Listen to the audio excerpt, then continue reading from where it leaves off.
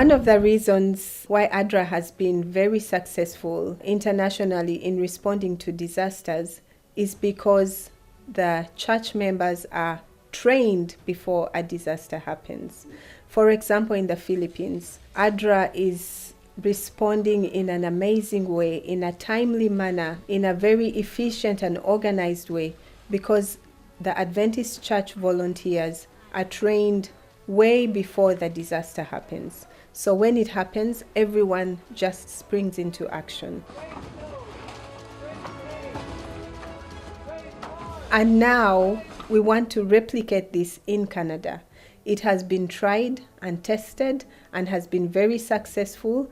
We want to do the same in Canada. We need to do the same in Canada. One of the questions we often get asked here at ADRA is how come we never see ADRA on the news? We see other organizations when a disaster happens, but not ADRA. Well, what better way to do this than to be there ourselves on the front line, to show them our love, our compassion, our impartiality, helping those in need when they need us most. We want the Adventist Church to take up our mandate to help those in need in their times of distress.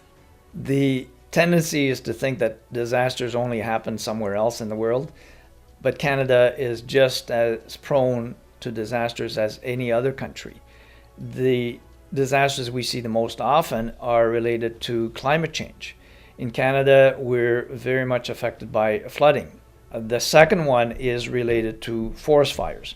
Not just burning the forest, but for burning any communities, homes, businesses that are in the way of that forest fires. We've had a lot of tornadoes. There's still high risk in some areas of earthquakes. Then you add to that things such as pandemics and major epidemics, ice storms. And we've had a number of significant ones.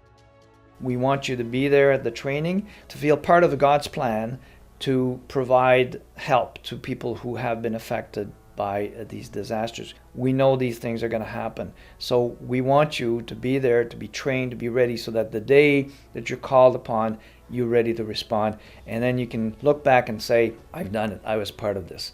And it's quite a great feeling to say, hey, I was there when it happened and I did something about it. People often ask us, how can I get involved with ADRA's work? How can I do what you're doing? Here's how you can. Take the training.